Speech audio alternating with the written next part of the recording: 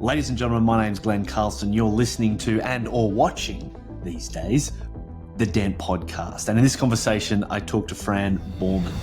Fran specialises in building mentoring programs that enhance inclusion and diversity into large-scale organisations. As a result of her partnership strategy, which we're going to talk about in this conversation, she's been able to partner with some of the biggest brands in the UK, and as a result, she's been able to engage as clients some of the biggest companies in the world.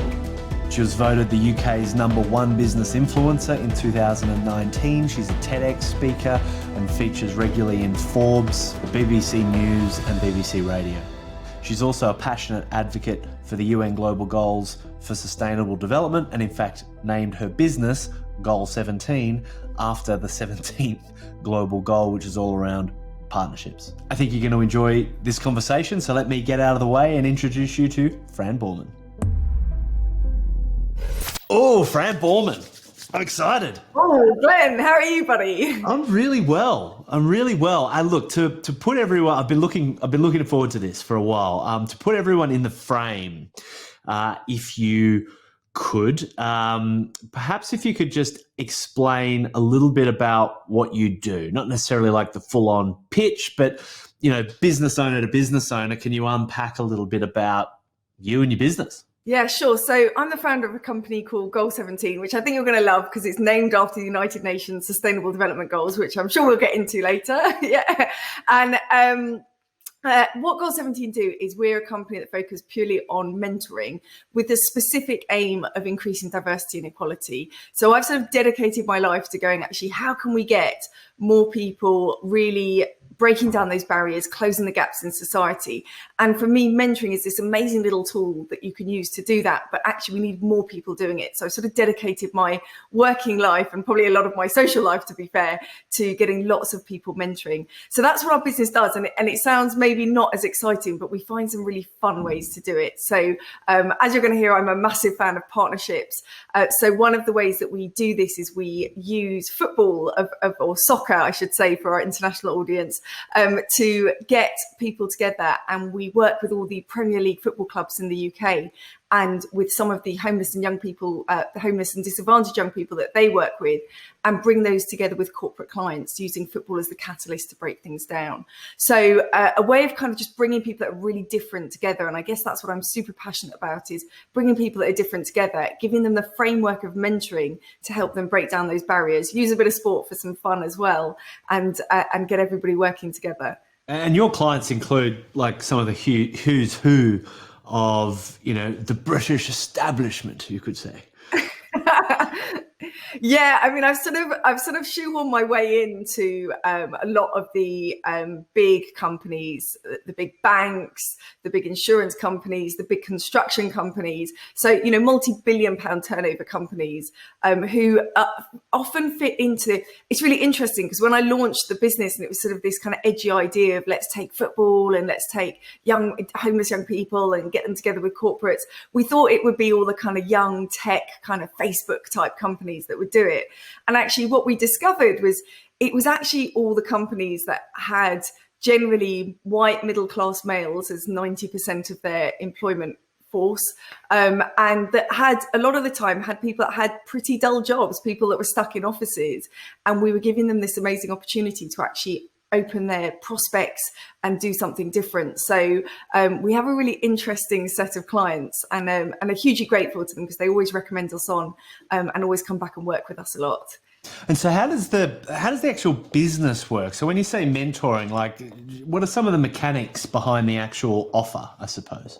So the offer is several part. We decided that so a lot of people think, I know what mentoring is, I can do it. But research shows that actually a lot of mentoring is done really badly, and not because of the people that are doing it, just because there's no structure around it. And most mentoring programs just throw people together and hope for the best. And so what we've done is brought a quite rigid structure around mentoring and said, look, this is how you do it. And that's not just us saying that. That comes from my experience of running other businesses and in creating really successful mentoring cultures. But we also work very closely with Oxford Brookes University, who are the academic world leaders in coaching and mentoring. And we've developed a framework where we can go into clients and say, this is actually how you become a really effective mentor. Here are some tools and some worksheets, and kind of broken the process down for people. So we teach that through, we get kind of all the learning stuff done through an online course. And then we facilitate these sessions where we bring together people, whether that's internally within the company, mentors and mentees, and we bring those together, or maybe then externally with some of, say, our disadvantaged young people, and actually bring them together. So facilitate a session where we actually help people have those first meetings and get the ball rolling. And then that's the kind of thing. No, I was going to say, and then around, that's the sort of delivery part of what we do. But then on top of that, we then also do a lot of consultancy, where we'll go into organisations who say, "Yeah, we want to start a mentoring program," and we go, "Well, that's great, but why? Why do you want to? What's the point of it? Who's going to be involved in it?" And we take them through a 5P process of what are the bits that they need to be considering to make that a successful program, and then actually just get that as a communication document they can send out to the rest of the organization to go, "Look, we're doing this mentoring program. This is why we're doing it. This is how we're going to do it. This is when it's going to end. This is how it's going to continue. This is how we're going to create promotion around it." So they actually start to leverage the benefit of it rather than just going, "We're just going to do mentoring." So it's taking something quite simple but putting structure around it so that it has real value. So I'd love to go back and get into your origin story, and a bit of the KPI journey, if you like, because I mean you've just done this so well, and you've already mentioned a few things that I'd like to dig into around like the methodology and things like that. But you've also been featured as a result of all this in some of the sort of top media in the world. Yes, I think. I'm speaking to the converted here, right? But I think when you bring positive impact into what you do, it turns a business from something being just a nice business into something that actually people want to get behind because it's making a difference. And when I started this business, we could have just been a mentor training company. We could have just said, we're going to teach people how to mentor. We know it has commercial benefits. We're just going to do it. But instead, what we did was we said, actually, why don't we use this business to create real social purpose? And if I look at any competitors that we have in the market, most of them are just going for the commercial element. And we're saying, well, the commercial element is great, but let's also create a social impact. And that has been what's generated for us a huge amount of interest, and actually why our clients would rather work with us than, say, a competitor, because they know that the work we do not only makes a commercial difference to them, but it makes a positive impact in society. And whether that's directly because they are then sponsoring young people through employability programs, or just because they've created an internal culture where socially mobile talent can actually be socially mobile rather than just hope it is. So that impact is huge. And you've been featured in like Forbes, the BBC. You've won a whole swag of major awards, TEDx speaker, #1 female business influencer. I mean, it's a pretty cool litany of, you know, media appearances, awards, accolades. It's kind of ticking a few of the boxes. Yeah, I mean, I'm a typical girl, right? I find it hard, but I have to own it. But yeah, you know, we put ourselves out there, and I think for us, very early in the business, we had a full feature article written about us in Forbes, which was just incredible. That came from, I think it's really important for business owners to understand where that came from. That came from a Twitter post that I did. So sometimes we can be involved in these social platforms and think, what's the point? But it was a journalist from Forbes that saw a tweet that I did and said, this sounds super interesting. Can we pick up a call? And we picked up a phone call. To be fair, I didn't really know who she was, didn't know much about her from her profile, but we picked up a call and she just said, I love this. Can I write an article on it? And that again, especially when you're a new business, it's just so powerful, because we were going into, you know, I had this ambition. I was like, I'm going to go into these big corporates, and I'm not one of those business owners that started a business after having a big corporate career. So I didn't have those contacts. I didn't have those doors open. I had to go and open them all myself. So I was sort of working my network, trying to get out there, trying to get myself in front of these big corporates, finding out who are the right people to talk to in those organizations. And then Forbes comes along and says, we love what you're doing. Let's do an article. And all of a sudden you can now go to those big companies and go, look, we've been featured in Forbes. And of course, then it wasn't long after that then the BBC came knocking. And when I say came knocking, I'm then putting myself out to them and going, look, this is what we're doing. You need to know about this. So none of this ever happens by chance. It's always kind of the grit behind the scenes that makes it happen. And it is following that KPI process going, you've got to have your profile out there and maybe talking more. I know I have this conversation a lot with women, actually. I think we find it much harder to really push ourselves out there. It seems to be a little bit behind our nature to do that, but you have to do it, and you have to do it.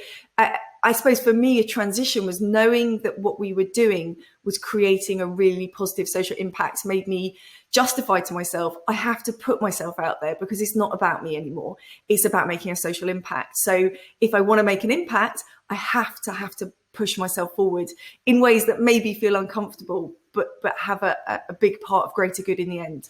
That's a pretty major insight that I think a lot of people miss, certainly around profile, is when you just said, it's not about me anymore. It's about the social impact, or really it's just about whatever it is for anybody, whoever it is listening, right? I mean, you see kind of women have the issue getting out there. I actually see it's man and woman, right? Because, in fact, I often find a lot of it's men because they don't want to be the shameless self-promoter. They don't want to be seen as the egomaniac, right? It's the ego not wanting to be seen in a particular way, which is, of course, ironic, right? But and so I see at least men and women sort of 50-50 in terms of the concern, but they miss the point that, like you just said, it's not about you. Profile isn't about you. It's about amplifying the cause, the mission, the purpose, the vision, the values, whatever it might be. Yeah, absolutely good. And that's a really useful insight for me, because I guess I speak more to those female business owners, but it's right. There are many men that have that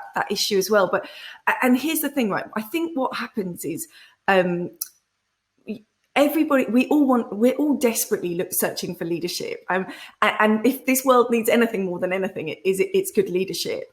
And there isn't enough of it out there. So when we become willing to push ourselves forward as leaders, I think we have to kind of go through a psychological shift ourselves and realize that we need to be that leader, because there are people that are looking to follow, and most people want to follow. If you are an entrepreneur, if you are brave enough to say, I want to run a business and I am going to not follow the typical path that was set out for me on my school days, then you are brave enough to be that leader. And so if you've got the bravery to start a business, I can guarantee you've got the bravery to be that leader. And it's just kind of going through that mental shift and going, whilst I don't necessarily want this to be about me, people need somebody to follow. They need somebody that has that vision that says, this is what it is and this is what we're going to do.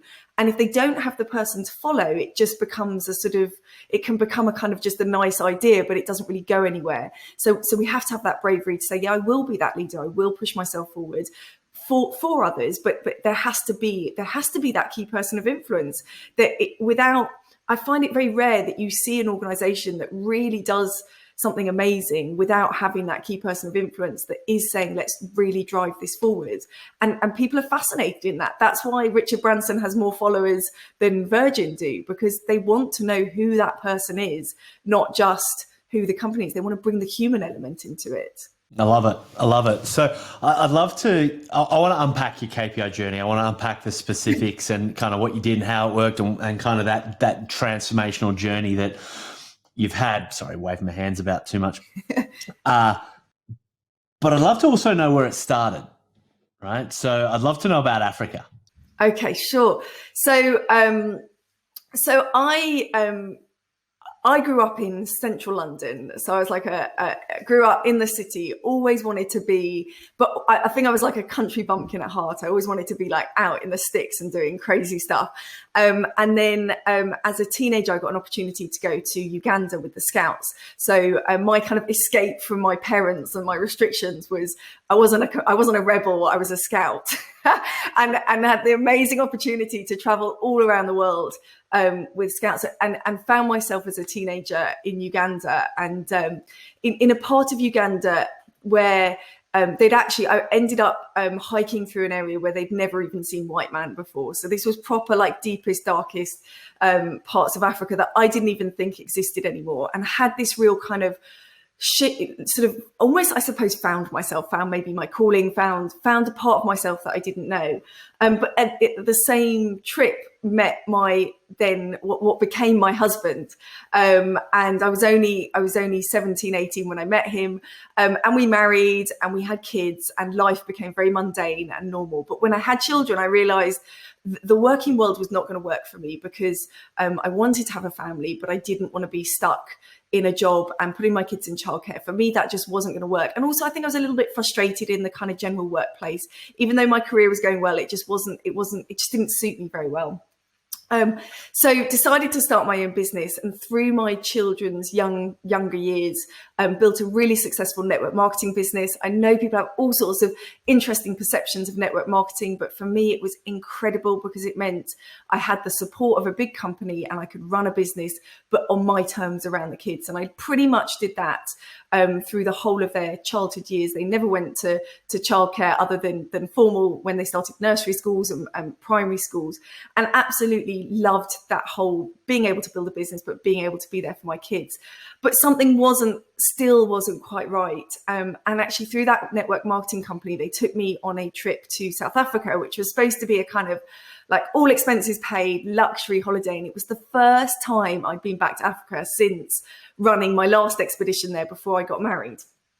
And it was just this kind of like slap in the face moment, because I arrived to go on this luxury safari, and all I wanted to do was hang out with the rangers and understand their life, and, you know, just being in that environment. And it just made me go, oh my God, what am I doing with my life? Like, I had a, you know, multi-million-pound turnover business then. I have everything looks perfect from the outside. It looks like I have the perfect marriage, the perfect kids, the perfect home. Everything looks perfect, but actually, how fulfilled am I? I'm just kind of making money and I'm not really doing anything that fulfills me with that kind of sense of purpose and joy. So whilst everyone else was wining and dining in the luxury of the safari lodge, I was hanging out with rangers, understanding the challenges that their lives faced, and the fact that, yes, they had a job, but they went back and they couldn't feed their families and so on. And rather than being asked to take out and see lions, I was saying, look, can you take me back to your township? And can I kind of get to know you guys and understand, you know, what life is like? So I came back to the UK after that trip. And I think I mentioned this to you in one of our pre-chats, Glenn, but I had what I like to call the jacket potato mum story, because I literally landed from that trip. My mum had very kindly been looking after the kids for me and my husband. So I picked up the kids. I dropped my son at nursery school, and my daughter I'd arranged with some of the local mums to go to a soft play centre. So I took my daughter to this soft play centre.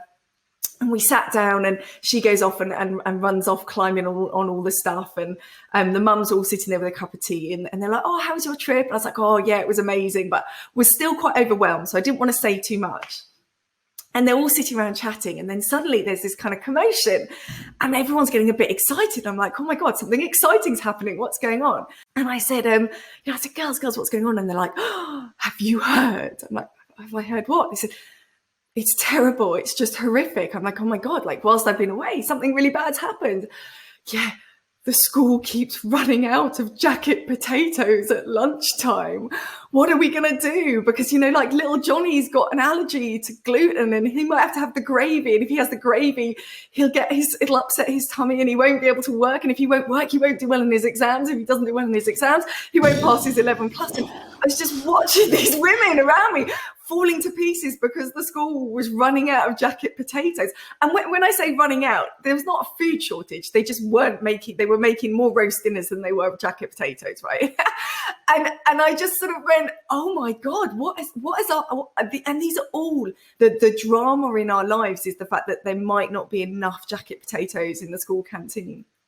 And having just had this experience in Africa, to then come back to that, and I'm thinking, I've just seen kids that haven't eaten for a week, and that's our biggest concern. I just went, something's got to change here, and it was maybe you call it awakening or something like that. But I just went, we've got to do better than this. This cannot. We've become so kind of middle class, you know, first world problems that we need to do something else. So I went back and I went, right. And I remember feeling the most uncomfortable I've ever felt in my life, yet the most alive. Like I could feel my heart beating in my chest because it was uncomfortably beating. I could feel it. And I was like, something has got to change. So I looked at my business and I went, do you know what?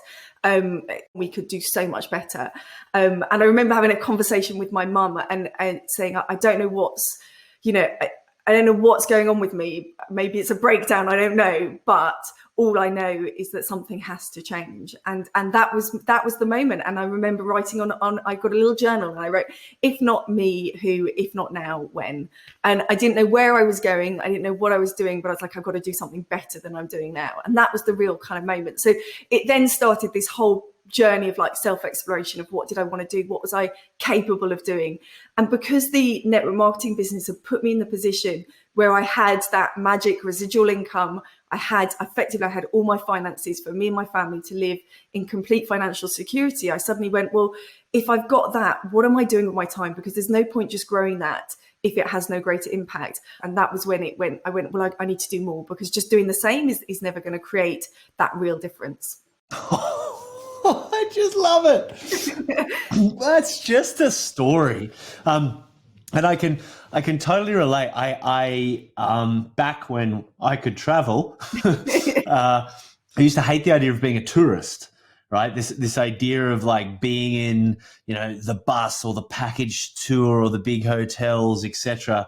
I grew up sailing around the world on a boat, and when you rock up into a new country by boat, you're not a tourist, you're not a local, but there's a difference, I suppose, that I certainly had that experience of. So I can relate to, not literally, but I can absolutely relate to you being kind of there, with the guides in the red dirt, kind of wanting to experience that more visceral, real experience. And I think, I don't want to blame like social media or technology. It's so easy to do that, but there certainly does feel like there is a layer of information, of technology. Yeah, I guess so. Like it exposes them. It's such a dichotomy, isn't it? Because it exposes it to them, and yet it also keeps them away. So it's we're more aware now of what's going on in the world. I would sort of use the example and say, we used edited news reports of what was going on elsewhere in the world.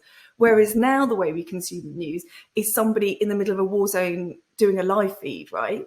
And showing the real fear and terror. So it's like we're exposed to it more in that sense. But then the sense of human connection gets further away, because it's very easy to go, well, yeah, but it's on here, but I'll just put it down. It's much easier to... That's right. There's something about being in those environments, out of the tourist traps, with real people getting a real experience of their lives, which, if not that, you wouldn't have got the contrast to create the shift, right? So there's something about those authentic experiences with people that I think seem to, more than anything else, at least from my experience, guide us to profound insights, and almost like the charm that we can follow, the breadcrumbs that we can follow to find the vision and the purpose, as it clearly led to for you, which is pretty wild. So what, you've had the epiphany. Yeah.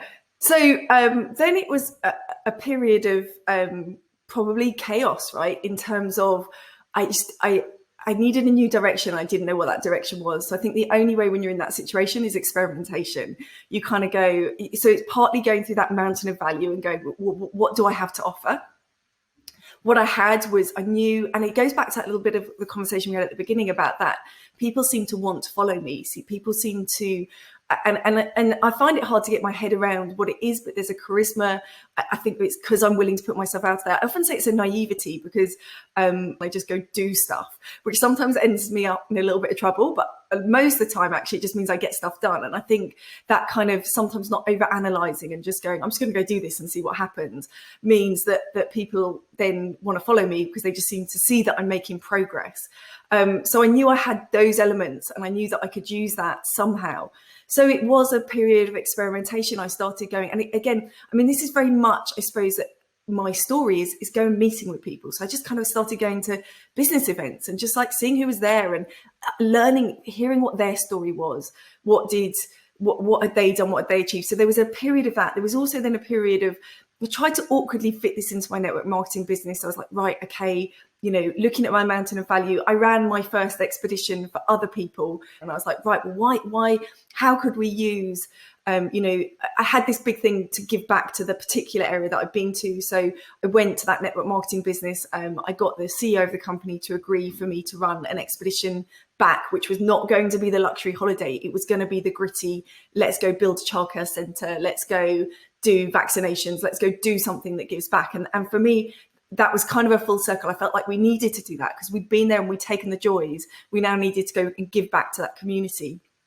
So we did. So I ran an expedition for that. Through running that, and that in itself was pushing me in ways that I hadn't done it before. Because previously, when I'd run these expeditions, I'd run them under the banner of the Scout Association. So I had all that support, and this was me going, I'm just going to go do this on my own. And I went to South Africa on my own to kind of deepest, darkest parts of the country where the places that tourists really never ever go. And there were risks involved, but I kind of worked networks. I found this guy, Malcolm, who was based in Cape Town, who knew that there was a charity based in Johannesburg. And I was trying to kind of get back to this particular area that was around where we'd been on the safari, because I wanted to kind of have that connection. But literally jumped on a plane, went out there, didn't really know who I was going to meet, what was going to happen. But within the sake of 4 or 5 days, had found a really great charity and a great project that we could support. And then recruited a team of people who all then raised money, and we went out and we built a school out there for that community. So to say, well, what could they do? How could they use their business, their skills? And the biggest joy I get from this, a bit like the first expedition I ran in Uganda, was that expedition is still sort of passing the baton.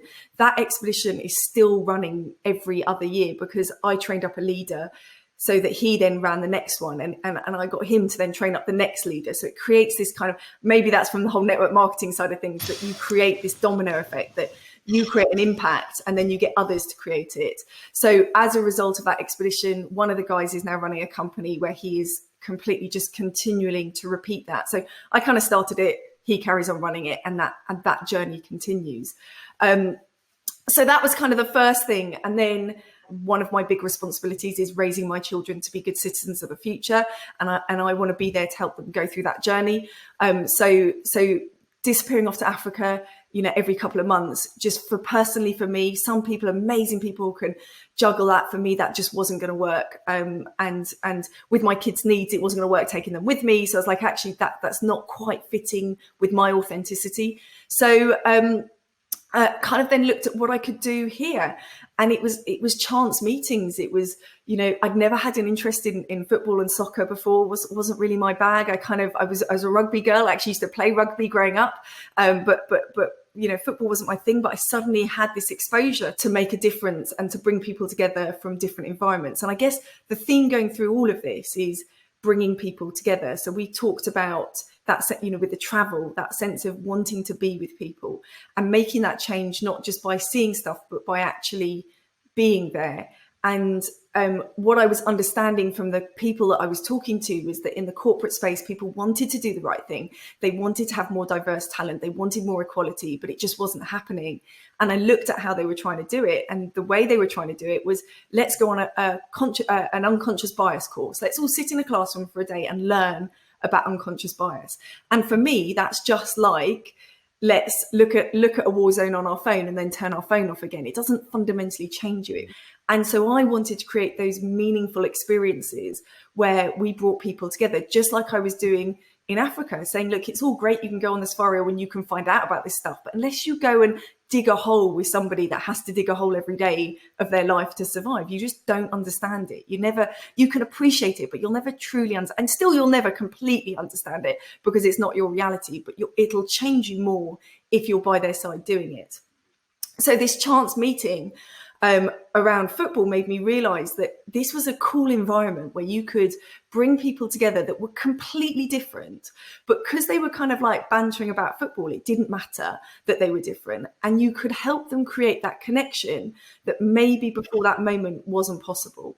And whether they were CEO of a big company or a homeless young person, in that moment, they were equal. They were equally inspired because they were by a pitch where they know like amazing things have happened. And so it created this connection environment. And that chance meeting then made me go, well, look, maybe this is a way that we could leverage it. And my Mountain of Value had this mentoring tool. So it was a case of, well, look, if I've got this mentoring thing, and if I can use this environment to bring people together, that's how we create change. And my view is, if you want to create change, it's got to be actually not about, it's about big change, but it's actually about one-to-one relationships.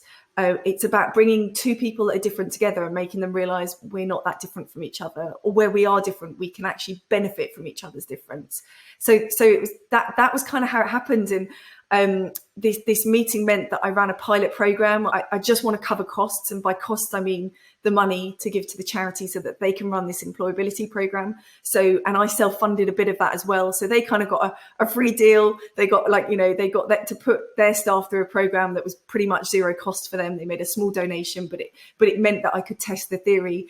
And I started getting these corporate clients together with these homeless young people, and just saw this huge transformation, both for the young people, but most importantly for the corporate clients, who suddenly felt like they were allowed to be part of the change. They were allowed to stop watching, and they could actually physically be part of the change themselves. And it was like mentoring gave them the permission to actually do something. Whereas before they'd wanted to do it, but they just didn't know how.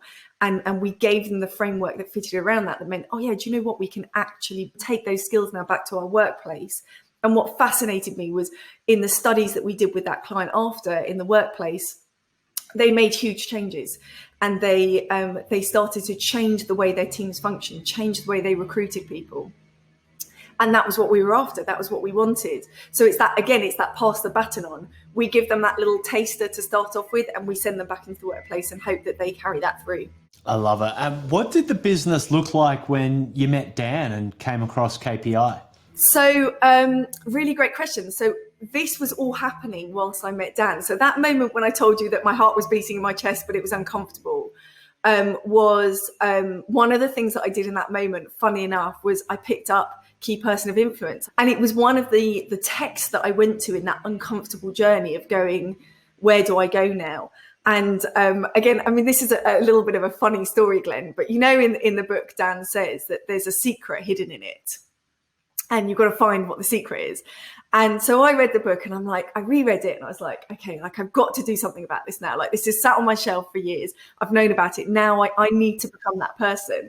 And I was like, so what's the secret? And I was like, because in the book he says that when you start something new, phone 3 people that can help you. I was like, maybe that's the secret. Maybe I need to phone Dan. Like maybe that's this Dan Priestley guy, whoever he is. Maybe I need to phone him.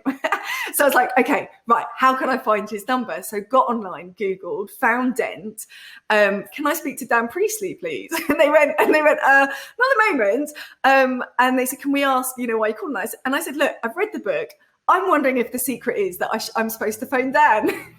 And they went, well, you can't speak to him, but what you can do is, would you like to go and meet him next week for a little strategy session? And I was like, yeah. And I was like, sounds good.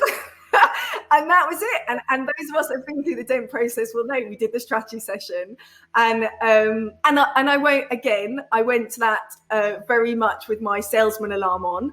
I went into it going, I get that this is a sales process now, and I'm going to be, and I think, I don't know if Dan's still a bit scared of me, to be fair, because I gave him a really hard time in that I asked all the difficult questions. But every time I asked a difficult question, he gave me the most amazing answer. And I was just like, I went to the toilet and I phoned one of my dearest friends, who is the most cynical person I know. And I said to him, and he knew I was going. And I said, look, he's answering all these questions. And he went, well, maybe it's not a scam. I was like, okay, maybe not. And by the end of the day, I joined the program. And what, again, that KPI program did was whilst I was going through this exploration of what I wanted to do, it did that, all the stuff that we do in the KPI program, we look at what's your mountain of value, and me going, well, what is my, what am I authentic about? What do I want to do? What is my mountain of value? And then, of course, as I started this new business, having gone from building my business around the kitchen table, around the kids, very much just me, no one really knew about what, people within my network marketing business knew about me, but nobody else really. I just lived the process. I did exactly what I'm quite good at following a process, and Dent gave me that structure to go, right, you need to go raise a profile. I'd never done that before. I didn't have the social media accounts. I didn't have the Twitter handle. I didn't have any of that. I actually had started writing my book already and that's partly because I'd read the KPI books. I'd already started writing the book. But I had no idea what to do with it once I'd written it. All those kind of things, I hadn't done them. I seemed to have a natural ability around partnerships, but had never really leveraged that. So it gave me the structure to follow, and I just did what I was told. I went into the program and I just did okay, so you've got to apply for awards. I'm going to go apply for awards. And I just meant that I just had the tools in my toolbox then to take a vision and a concept and my own ability, but actually make it in something meaningful, to make products, to have a brochure, to have a customer journey. We have a very clearly, I probably haven't represented it too well in this call, but we have a very clearly defined customer journey and a very clearly defined ascending transaction model and all of those things that meant it took these kind of crazy visions and turned them into a business, and a business that could make a difference. Otherwise, I think I would have flitted around just kind of wanting to do good, but maybe never really converting that into something that made a real difference. So we got you pretty early in, were you pre-revenue? Yeah. Well, so I thought when I came into the process, I would be continuing my other business. And what became acutely evident through that process was that business there was not the growth potential for me in that. So whilst I had this great network marketing business, it wasn't my business. It was it's like a franchise. So it was not going to give me the growth that I needed. And there was an awkward minute at the beginning when I tried to kind of shoehorn the KPI process into that, but it just did not work. And that was because I'd outgrown it. I'd got to the point where there was not the growth for me in it. Yeah. So then it gave me that facility to go, let's start again. And it was in this process that I went, okay, let's, started the KPI journey. And now we're sitting on a hugely successful business, as you've already alluded to, not just me saying that, but the press saying that. And at the point now where we are, from being part of this Dent community, is why I love the communities. It exposes you to people that, again, are pushing further and harder and faster.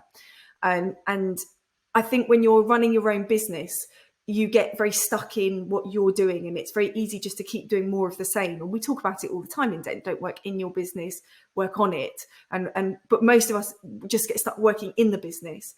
And when you kind of get the opportunity to come out of that and look at what could be done and be around peers who are doing more, who are pushing further, who are pushing harder, it makes you think bigger. So we're now developing tech.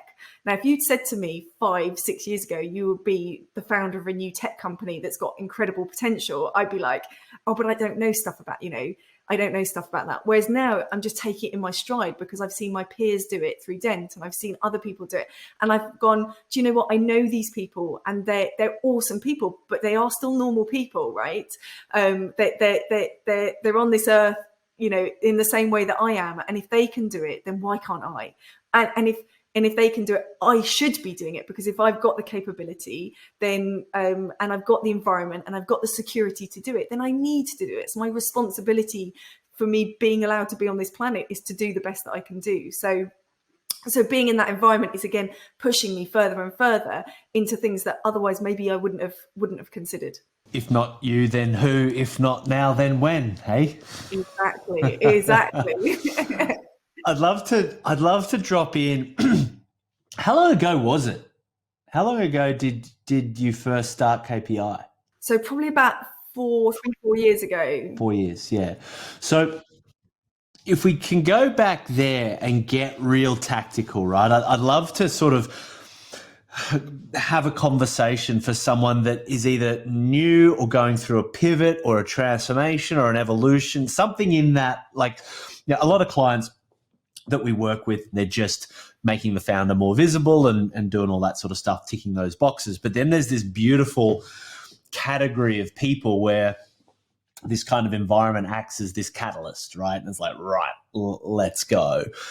Can you go back in your mind to those early days, drop back into it? Because there's also always going to be a lot of uncertainty and everything there because you've got it now. But back when you didn't have it, could you sort of explain what were the principles that started to move the needle from a revenue perspective, from, getting clients on board? Could you kind of break it down a little? Yeah, and tell me if I'm not answering your question, Glenn, but maybe throw in a few things here. So I think so much of the foundations of all of this comes from belief and the stories that you tell yourself. So a typical example was, I was working very much in the B2C market. And as I mentioned, I didn't have this corporate career. So I didn't have all those contacts in the B2B market. And the story that I had been told by others and then was telling myself was that, small businesses can't win contracts with big multinational corporates. And that was the story that I'd heard and I was telling myself. And so the first shift in the dial was changing that narrative. And it was that going, well, if not me, who, right? If not this small business, then it means no other small business can ever do it. And I'm sure that's not true. So I think, first of all, I changed the internal narrative and when if you are allowed to think bigger. And what's the worst that can happen, right? You can go and knock on doors. And if they say no, you've only got closer. So for me, it was that first giving myself the permission to think bigger and to think about what can I take, giving myself permission to feel uncomfortable and to try new things and to kind of go, where could I go? What could I do? And really kind of fulfill my potential as well. So, being able to do that, as well. So I think there is that whole kind of narrative around what you're telling yourself that makes a big difference. One thing I should caveat this with is, I think to be able to do that, there's a part about securing your current reality. And I think that's super, super important. And I think, and this is where Better Every Quarter that Dent do, I think is super powerful, because if you can get the control systems in place, that means that that your main business is secure, then it frees you up to then go and think bigger and allow yourself to have that. And we know from the way that the brain works about having that sense of security. So my kind of first job in the Dent process was securing my business, was going, okay, if I can get to this point and I can make sure that I know that I've got that income coming in, I know that I've got a team running that, I know that if I step away from this, that's all secure. And it doesn't mean that I'm going to have to start worrying about paying the school bills or whatever it is, because I know I've got that income. And are you talking about your network marketing business there, or are you talking about a Goal 17? Yeah, so no more my network marketing business. But if it had been any other business, whatever business it was, I think I needed to secure that so that I could fundamentally secure my security, I think is the first stage. Create that security, because when you've got that security, you now have the ability to play. So if you were running an engineering business, I would say put in the assets that you need to secure that business so that you can start to think bigger. And whether that's thinking bigger with that business or with something else, it doesn't matter, but get your security, because that suddenly gives you the most incredible freedom. So if you've got a good business, brilliant, secure it, and then start thinking, well, what could you do with it? So for me, I think that was the first thing. I got the security, then I gave myself permission to think bigger and start thinking, well, what not only what could I do, but what super important is, we all kind of, I think a lot of us just live our lives mundanely. Now, I'd met my ex-husband when I was 17 years old. And when I went through this process, what also became really evident was that actually in my personal life, everything was just like plodding along, and it wasn't necessarily that I was happy with it. So it kind of came to a moment where actually my marriage ended through this process. And I think we often talk about the business element and don't talk about the personal element, but that was a huge part of the transition as well. And that ended hugely amicably. We both co-parent, we both are much happier people because of it, but we were both holding each other back in the way that we wanted to live authentically. So going through this process also I had to explore my personal life as well as my business life. We were in a relationship that we were in just because we felt that that's what other people expected of us because we'd been together forever, that we were just doing that and we felt that was the right thing to do for our kids, but actually it wasn't at all. So in this process, there are a lot of uncomfortable moments, and there are a lot of things that make you go, or, it's not an easy journey. But then, again, my mum always used to say to me when I was a kid, if it was easy, then everyone would do it. So what's the point? So actually going that it was uncomfortable, I was embracing that discomfort and going, well, again, at least I feel alive. At least I feel like things are moving forward, even if it's uncomfortable. And a lot of people that come on the sessions that I do for Dent will know that I say, I want to make you feel uncomfortable today, because if I'm not making you feel uncomfortable, I'm not doing my job properly for you, because if you're comfortable, you're probably not progressing enough. So got kind of really started embracing that discomfort. But a lot of this was actually the emotional side. And I think it's super important when we're going into any kind of business growth, is understanding that yes, there are those practical parts which are super important, and finding organizations like Dent that will give you the framework to follow on those practical parts. But actually, it's also about that emotional side. And if we link this back to Goal 17, that's exactly what we're doing with Goal 17. We're saying, here's the structural framework of mentoring, but what this is about is this emotional side. Let's get you to work with someone and explore the emotional side. Because when you bring those two things together, that's where the magic happens. When you have the structure and the emotion, then you create breakthroughs. Yeah, something that you do that the Dent accelerators do just by their nature is they tend to raise people's standards, right? They provide a framework, they broaden a paradigm and a perspective. We've seen people lose huge amounts of weight, going from really quite uncomfortably overweight to lean and fit, because they've realized, I can't hit this level of performance and impact and contribution if I don't have energy, and I can't have energy if I'm carrying around these extra 30 kilos. And so they change all sorts of, not always, but often, I see it a lot. And I think that's just an effect of whenever a human being just raises their standards, like so many other things in one's personal life has to come into congruence around that. And, if you live is incongruent, or how you live is incongruent, etc., there's something kind of magical about that higher, putting yourself in an environment where your standards are raised. Yeah, completely. And again, I think we have to also be really honest about the flip side of that, right? Because it can also be quite isolating. And especially if you've been in a kind of rut, you end up kind of changing because you change. And this is maybe one of the things that I didn't get so right from a business perspective, was that I went through this rapid change and I probably didn't I confused, and if I had one tip or a bit of advice for people going through that journey, it's I'd be really honest with them and go, yeah, I don't know either. I'm still working it out. Rather than trying to be like, yeah, I know who I am. I should have been a bit more, yeah, I really don't know who, I'm exploring, I'm playing, right? And helping them come on that emotional journey and the business journey and the family journey with you.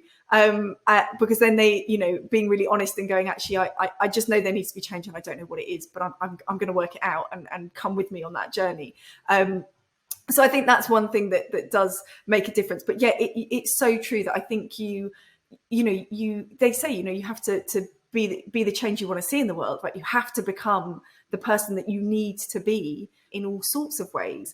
And then the other part of this is then where it is isolating is then you plonk yourself into this high performance environment where you have friends and colleagues. I mean, they're originally they're peers, but they become friends because they're going on the same journey as you. They're setting the same standards.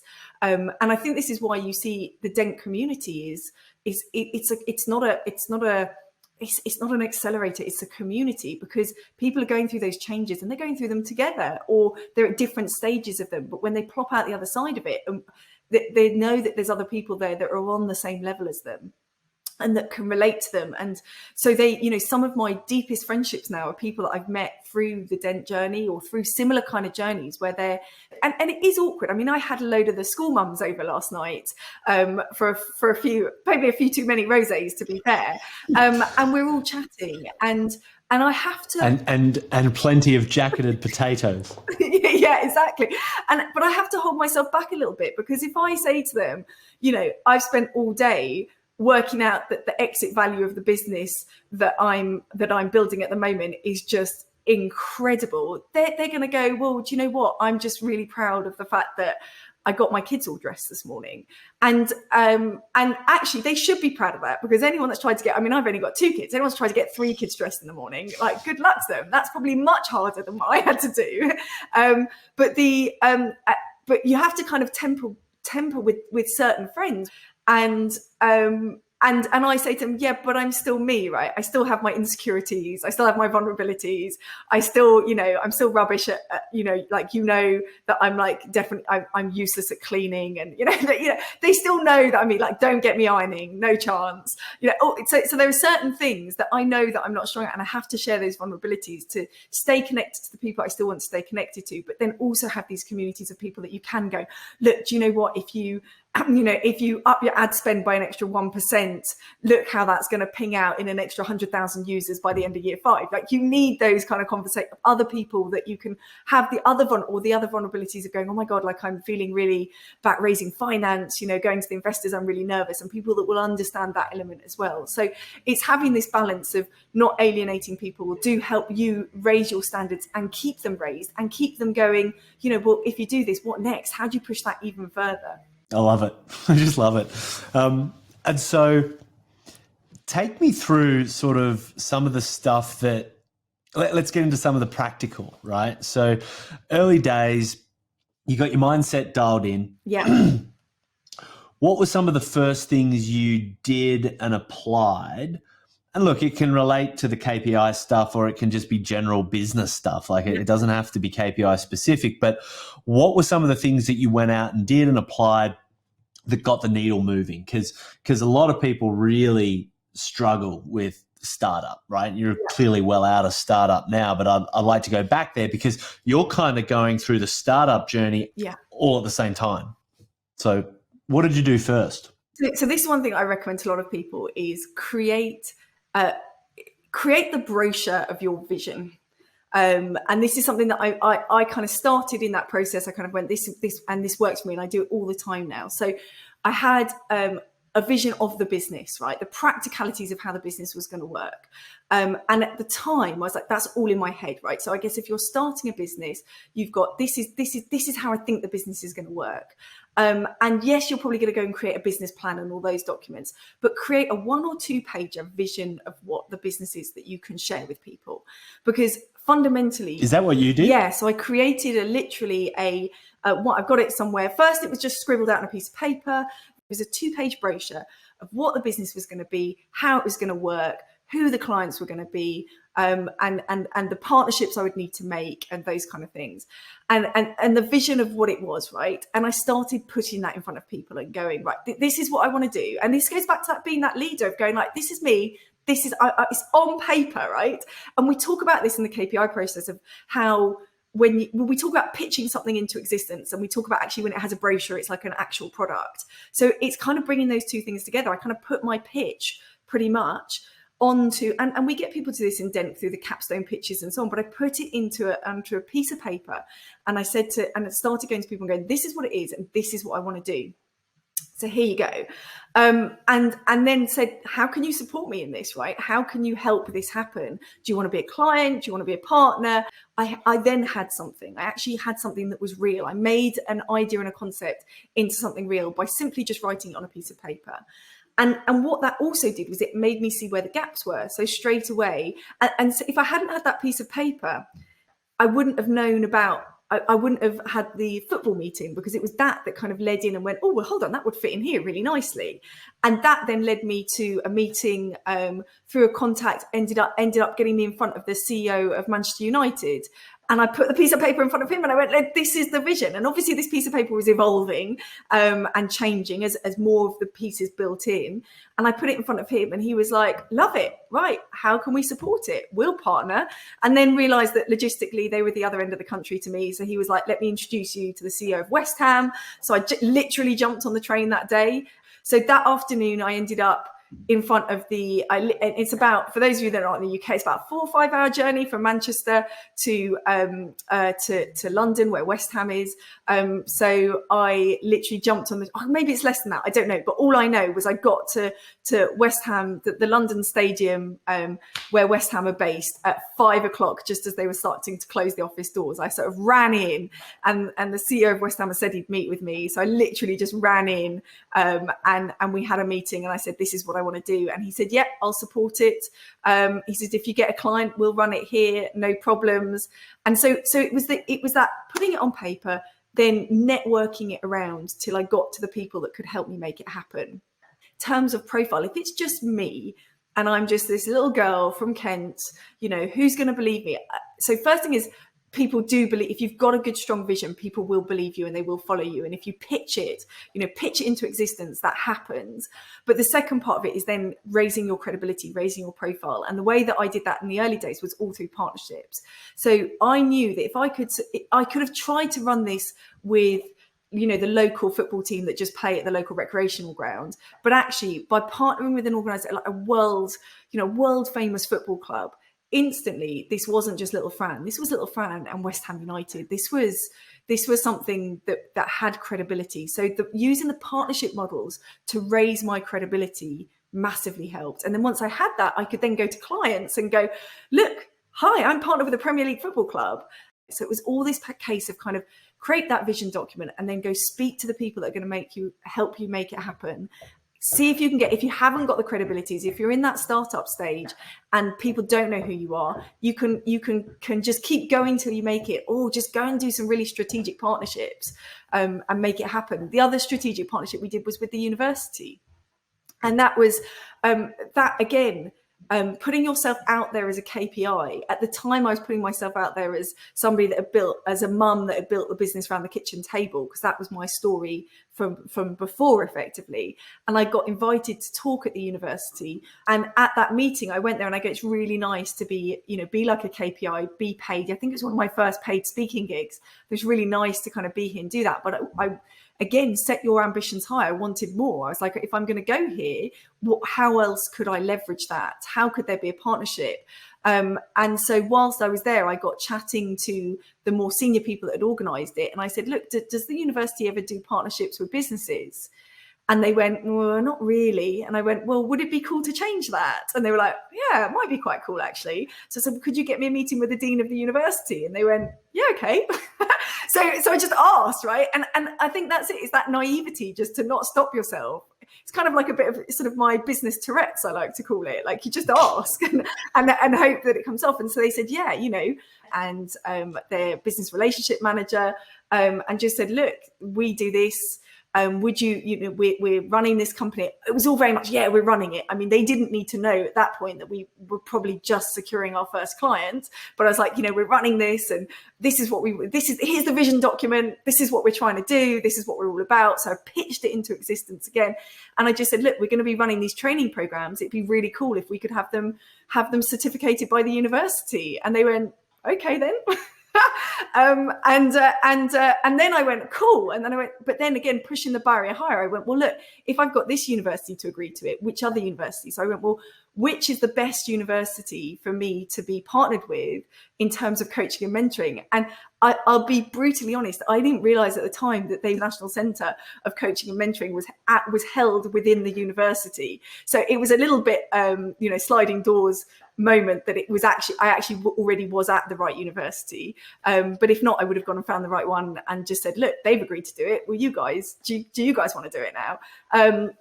So that started this beautiful partnership, which again, for us, from a business perspective, we offer our clients, we say to them, if you do our mentor training course, you get a university certificate from Oxford Brookes University. So in terms of our credibility, I'm going into these companies and they're going, wow, that's amazing. And don't get me wrong, there were hoops to jump through, and working with them has been incredible because they bring all the science. We're going like, this is what we see working, and they bring the science and go, well, this is why it's working, or try this because the science says that this is working. And with the new tech project, they're going to bring a load of science into the tech that we're doing as well. So there's so many cool things that happen in that relationship. But fundamentally, it just came from asking. It just came from going, let's form some partnerships, let's raise our credibility. So you can imagine this went from being little me with a vision document to little me going into big corporates and saying, I'm partnered with Oxford Brookes University, I'm partnered with one of the Premier League football clubs, and we've got this cool product. Do you want to do it?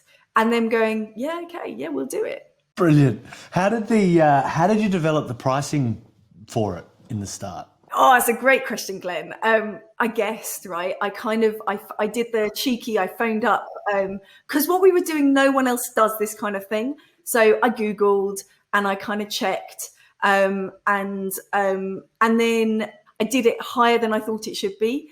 And definitely in the B2B space, one thing that's really opened my eyes is how much money there is swishing around. If you've got the right thing to offer them, there's a lot of money there. So I remember, and again, I phone a friend, right? I phoned friends. I phoned a dear friend that works for one of the big banks. And I said to him, this honest opinion, this is what I'm thinking of pitching it at price wise. And he laughed and said, double it, if not treble it. So I was like, okay, so it's my imposter syndrome thinking, oh my God, would they pay them for me? And of course, then, the first pitch that I did to a corporate client, and I said, this is the pricing structure. And I'm thinking, oh my God, they're going to laugh me out of the room. And they just went, yeah, that looks good. And then over time, we've increased credibility. But yeah, I just asked and then again, just covered my own imposter syndrome and doubled it. So ask, double it. And again, going into it, that attitude of what's the worst they can say? They can say, we love it, but it's too expensive. And then I go, well, as you're one of the first clients, we can do maybe a special deal for you. And then, going forward, if you're pitching it right or not. So I think just be a bit, have fun with all this stuff, right? And I think if you can come from this, it's a bit of a game. It's a bit like, playing Monopoly when you're a kid, seeing what you can get away with and just having a bit of fun with it. So I think I always just went into it with that bit of a, worst case, I'll just be a bit cheeky and go, oh, well, do you know what? That's the price list for the companies that are different from you. I love it. How many on the team? What does it look like? So I've kept it still, personal preference, I've kept it still quite lean. So we still have a small team of about 5 or 6 of us. Some of them are freelance. And that's, again, because I'm running this around my kids, right? So at the moment, we're just about to go and do fun stuff with them for the holidays. So I wanted to keep it very, very flexible in that sense. And so again, employ lots of women so I can say to them, yeah, you go have your 8 weeks off with your kids as well. So it's quite a small team in that sense. We've got ourselves to the place though, where again, it's that securing it. So the main business now, I'm in securing mode, just like I did at the beginning of my KPI journey, going, we've got a formula that works. We've got a consistent sort of churn of clients that are coming through, that repeat business, and it's doing what it needs to do. But then again, it's that going back to that process of thinking bigger, pushing higher. And this might be of interest in terms of how this happened was end of last year. Obviously, we've been through lockdowns and everything's been going a bit crazy. But I kind of went, but I'm not going to let that stop me. How can we do more? How can we think bigger and keep just doing more of what we do, which is great? Or could we do something bigger and something better? And one of the things that I like to do every so often is find an award that is out of my reach and apply for it. Because I find the process of applying for an award that I know is out of my reach is hugely beneficial because it makes me realize where I need to stretch more. So end of last year, I found an award with a grant agency here in the UK that were offering a £50,000 grant for businesses that were developing some innovation. And I looked at it and it was very much about kind of scaling innovation. I was going, actually, that's something that we're not really doing. So I'm going to apply for it. And went through the process. And of course, in that process, gave myself the time out to go that I could do anything that would scale my business. What would that be? And what would that look like? And so going through that process, I suddenly realized that there was a huge opportunity to develop some tech that would not only help us grow our business, but that could help others grow their businesses. And I went through the whole application process. I did it. I submitted it as well. And that again forced me to look at what the P&Ls would be around that, what the time frame, how I would do it. It forced me to go through the rigorous process. Obviously, I didn't win the award. I was nowhere near in the right position to actually win that award.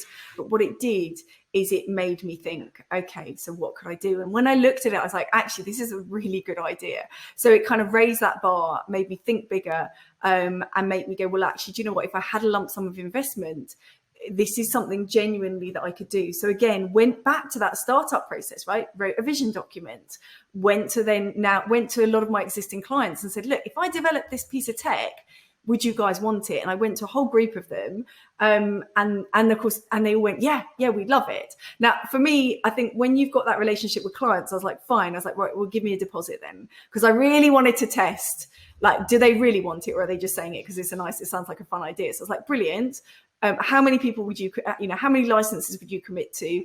And will you give me a deposit? So I got a load of deposits and I was like, right, okay, so this is going to be worth investing. Goal 17 in the main business is in its security mode. It's ticking over. The team are driving it. It's still growing. It's still doing its thing.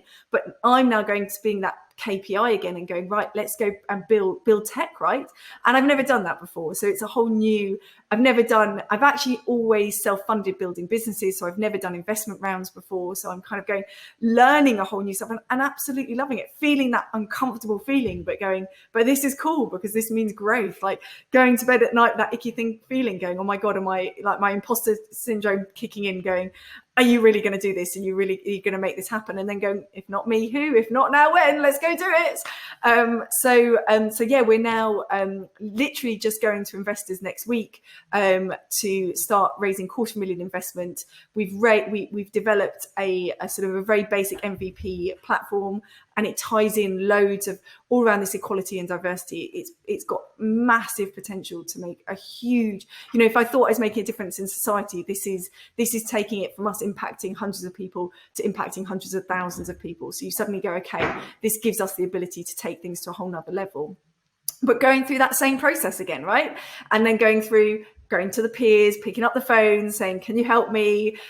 Same with pricing, picking up the phone, going and maybe the beauty of this now is because this is not a complete pivot. This is an extension to what we're doing. Mm-hmm. I'm able to go back to our clients and go, guys, what would you pay for this? Right. And I know, and give me the deposit for it. So I know that it will happen. And as well as opening lots of new doors and new clients because we've got something new and exciting. So if you ask me, could I do something bigger than this? I would say there is nothing bigger that I could do than this.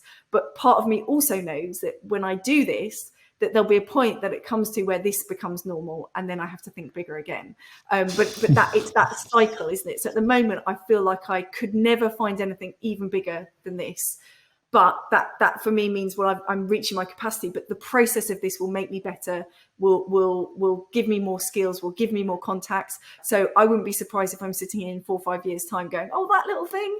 Now we're moving on to the next thing. I love it. I just love it. Well, I'll do a few rapid fire sort of questions. Like what were some of your biggest challenges in growth, like dark days, things that like, oh, that sucked, lessons learned, that sort of thing? I think listening to the naysayers, I think whenever you step out, they're the people, and often they're the people that want to protect you, but that they are actually they're holding you back. So being able to go, thank you for looking out for me, but I'm going to ignore you and I'm going to. Did you have some of them? Always. And sometimes it's the people that are closest to you, right? Because they're the people that care about you the most. So yeah, I mean, I have a whole list of things in my business that people said I would never be able to achieve or would never work. So for example, safeguarding. People said you will never ever be able to pair homeless young people with corporate clients on a safeguarding perspective. You won't get the insurance. You won't be able to get them through safety checks, blah, blah, blah. And so, learning to embrace that feedback and go, great, you've just thought of something I haven't thought of that I need to find a solution for now. But it's having the emotional resilience to go, they're only looking out for me. I know they're being right. I'll choose my words carefully here, a right pain in the backside about it, but they're probably trying to look out for me, right? So I'm just going to take that feedback and make sure that I'm better so that I cover those things. But I think that's when when other people are doubting you and when you're pushing those boundaries because people haven't seen it before. It's like, running the 8-minute mile or whatever it was. Nobody thought it was possible till somebody did it. But everyone was saying it was impossible until it's done. And you have to kind of really, ignore it to an extent, take the feedback, but ignore it and just have that kind of, that it's almost like an autism about it. Like, I think those of us that are a little bit on the spectrum are probably better, because you ignore some of that stuff and you just focus on what you need to do. So I think that was hard. I think brutal honesty, the stuff that I've struggled with the most is I think the loneliness around when you put yourself out there as the key person of influence. It's lonely, right? And you have to really invest in relationships with peers, because you are putting yourself out there, and because you're putting yourself up on that pedestal. You're on that pedestal on your own. So I've emotionally gone through a journey of understanding how people react to me, and that element of it. I think that's quite hard. And everything else, yes, I've had the struggles of access to finance and getting, yes, it's hard getting the wrong meeting, but I think with a bit of tenacity and the right belief, you just keep pounding at it till it happens, and set your expectations that it is going to be a bumpy ride. So that's it. So I think when people ask that question, they expect you to say, this is the block that I've had, this is the block. My attitude has always very much been, they're not blocks that stop me. They're just blocks that I need to negotiate my way around. And I go into everything new, knowing that is part of the process, knowing that there is going to be things that are going to get in my way, but that's what I'm expecting. So I think if your expectation level is in there, that's what's going to happen, then it doesn't feel like, it doesn't become a dark moment. It just comes there's another one. Okay. And again, you gamify it. Like, I'm quite good at gamifying it in my mind, going, okay, here's the block we've got to get around. Which are the routes round and which are the best routes? So, those little barriers just became the barriers that I find are harder to negotiate, is the emotional ones, because you've only got yourself. You're only fighting yourself in that sense. The other one's just sort of fighting against other people, so to speak. Yeah, it's incredible how much business is a competition with self. It's a sandpit for personal development. That's for sure. It really is. Yeah. When did you first come across the global goals? And your business is named after Goal 17, partnerships around the goals. I'd love to kind of understand more of your perspective, philosophy, anything around implementation, alignment, promotion too. I know there's a lot in all that, the goals though. So I think it was just before my Dent journey, actually. So not long, it was in that uncomfortable process of discovery. And again, it was in one of those conversations. It was actually with a contact that I knew, that I was having a conversation with him, and he said, have you heard of the global goals, and have you heard of B Corps? And I was like, no, what are those things? He's like, I think you'll like them. And then I just went and did my research, and I started reading books and just immersing myself in what that was all about, why it was there, and kind of going, wow, this is all the stuff that I felt, but there are actually other people doing this. So again, a conversation. This is why, again, that human connection, those I think if there's one thing I could say to anyone that's starting or running a business is go build relationships with people, talk to them, find out what interests them. And in that point, I was asking this guy what he was passionate about, what got him ticking, and that got him on this whole journey of opening up all about B Corps and global goals. So I think if you can find out what makes other people tick, it often inspires you on other things. So that was when I discovered it. And I have to say that when I came to Dent and found that they were using the framework of their global goals, that was one of the things. In fact, I think that was the thing that when I was being skeptical, I was like, yeah, but they signed up to the global goals. Like, there's got to be something good about these guys. And it almost became that sort of, it heightened my awareness. And it's like that thing, when you're going to buy a car, right? That you've never seen that car on the road, and then you decide you want to buy it, and then you see that car everywhere. Once I was alerted to the global goals, suddenly I saw them everywhere. Like, suddenly I was like, wow, like how did I miss this until this point? And I just thought they were a brilliant framework.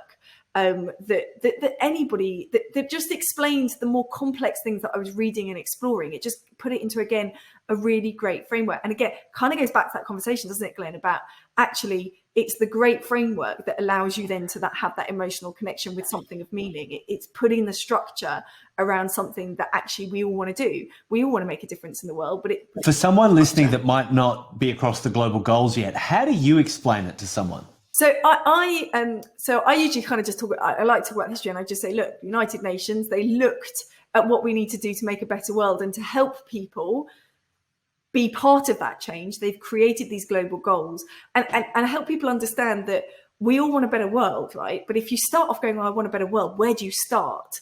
And what the global goals does is it gives us a way to help us focus our attention, because if we all make incremental changes, that adds up. It's the water lily effect, isn't it? It's the compound effect, that if everybody does a little bit, all of a sudden that ends up changing the world. Whereas if one person says, I want to change the whole world, that's really, really hard. Whereas if we all do a compound effect of a little bit, it makes a big difference. And what the global goals does is it gives everybody, and specifically business, the framework to go, this is the bit that we want to impact, and gives them the tools and the guides to help them do that. Yeah, the again, for someone listening, the thing that I really loved about it is they basically went out and found what were the 16 biggest problems affecting humankind, right? Where each one of the problems, whether it's clean water or sanitation, or basic human rights, or life on land, or life under the water and the oceans, etc., all these different categories, each of them affects the lives of over 1 billion people, right? And solving them would improve the lives of over 1 billion people. And the thing I love for it, exactly what you said, it's like in our businesses, we would have a to-do list of what we need to tick off to get the result. And the result, as I'm familiar with it at least, is by 2030, the idea is to have a radical transformation, no one living below the poverty line, and a whole series of other key measurable metrics, which is obviously pretty cool. But what I loved about it was, like, let's say I was interested in saving the dolphins, but you're interested in women's rights, right? Well, it's like, okay, so we're both trying to do something meaningful, but never the twain shall meet sort of thing. There wasn't really an alignment there. And so there was sort of no way to really unite the clans. And the beauty of this framework is that it's like, we all can now see how we fit into and support, and are essentially everyone pulling in the same direction, no matter what your contribution is. And that's when, that was back in 2015, I think, where like we decided this was the thing to evangelize, because if everyone could get behind the idea of the UN global goals as an architecture for aligning the priorities of the planet, right?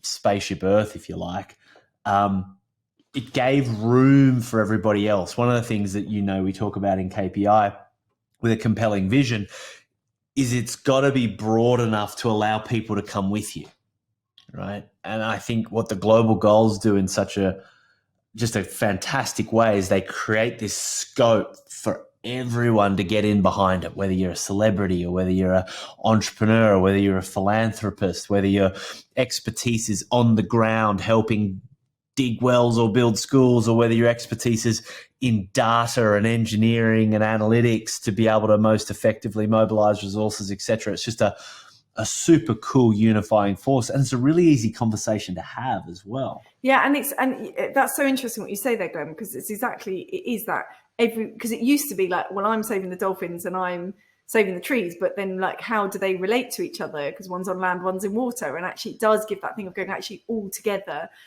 We are coming together. So yeah, it's so powerful, and I think it just makes change more accessible. It kind of makes everyone can go, I can be part of this, right? It's for me, it's big about accessibility, that everyone can pick one. It's almost, it's like when you go to the supermarket and there's like 10,000 different brands of washing powder. So you sit down there and you go, whereas actually you can if you just pick one, you're cool, right? So it gives you that opportunity rather than just say looking at the whole world and going, I want to make it a better place. Picking one means that you can make a difference. Yeah, it's super powerful. And how have you found the reaction in the corporate world to it? I mean, when you go into a an organization, you work with some of the biggest blue chip brands in the UK. Are they already across the global goals? Are they new to it? Are you bringing them in? Like, how do you roll with that? It's interesting. So some of them have never heard of them before, and some of them have them on their walls in the offices, and some of the surprising ones, right? Right. One of the banks that we work with, probably the organisation that I would least expect to even know about them. When I went up to meet with the CEO in the kind of director suite, they had all the blocks in the kind of in between all of their offices. So some of them seem to know about them, some of them don't. When you ask about the reaction time, I think the corporate space is really interesting, and definitely since COVID, since George Floyd, there has been I'm seeing a huge shift. That it's gone, and many of my clients, I often talk to the most senior people in the businesses. For example, when George Floyd sadly passed, I had quite a few of my clients phone me, and they said, and I helped them reflect on this after. They said, we don't just want to be seen as doing the right thing anymore. We actually want to do it. And those of us that work in this space kind of go, well, we were kind of hoping you wanted to do it properly in the first place anyway, but okay, we'll take it because we're moving in the right direction. But there seems to have been a shift where, and that's not just around equality, that is also around the environment. I think people have seen with what's happened in COVID going, do you know what? I think Mother Nature's pretty pissed with us at the moment, and she has all right to be. And so I think that even in the corporate space, it's moving from, and I really, my heart, hope that this stays being the case, but it seems to be moving from, we used to just kind of do the right thing because, to be seen to be doing the right thing, to actually, no, we really, really should be doing the right thing, and we really, really want to be doing the right thing. Now, as always, there are people that are banging that drum louder than others, and there are people that believe in that more than others, and there are people that still, it always comes down to the bottom line. But there does seem to be more of a shift, and definitely more shift in the general workforce of people going, do you know what? We want to work for companies now that do the right thing, and that don't just say they're doing it; they genuinely do it. So there, in that kind of B2B space, there's definitely in the last 18 months been a really noticeable shift of going, actually, this is something that we always thought we'd get round to, but now actually we really are going to start getting round to it. And I just hope as things start to go back, because inevitably we're humans, we revert to habit, right? So to an extent, I won't be surprised if things go back and it's not so high on the agenda, but I hope that this experience is going to make individuals and organizations go, you know what, we can't ignore this stuff anymore, and we do, and we want to be part of this. We want to be part of making a change. I love hearing that. I mean, I love hearing that from your perspective in what you're seeing. And I mean, look, even if it does ebb and flow, I think for me at least, the global goals, I have seen it be a catalyst for more people and business owners especially to realize, aligning my business to, some of the most meaningful causes and solutions to the most meaningful problems on the planet is actually real easy, right? It's not hard. It's not abstract. And it has so many, incredible cascading benefits for just doing that. For some people, they're giving as small. For some people, they're giving as big. Some people are giving money. Some people are giving time. Some people are giving product. And some people are really quiet about it. Some people are really public about it. And I think one of my teachers, Tom Knowles, he's a meditation teacher, but he talks about this, a super tanker, the rudder on a super tanker. There are no hydraulics on the planet powerful enough to move that rudder, right? Just because of the forces of the water. And so how do you turn a super tanker?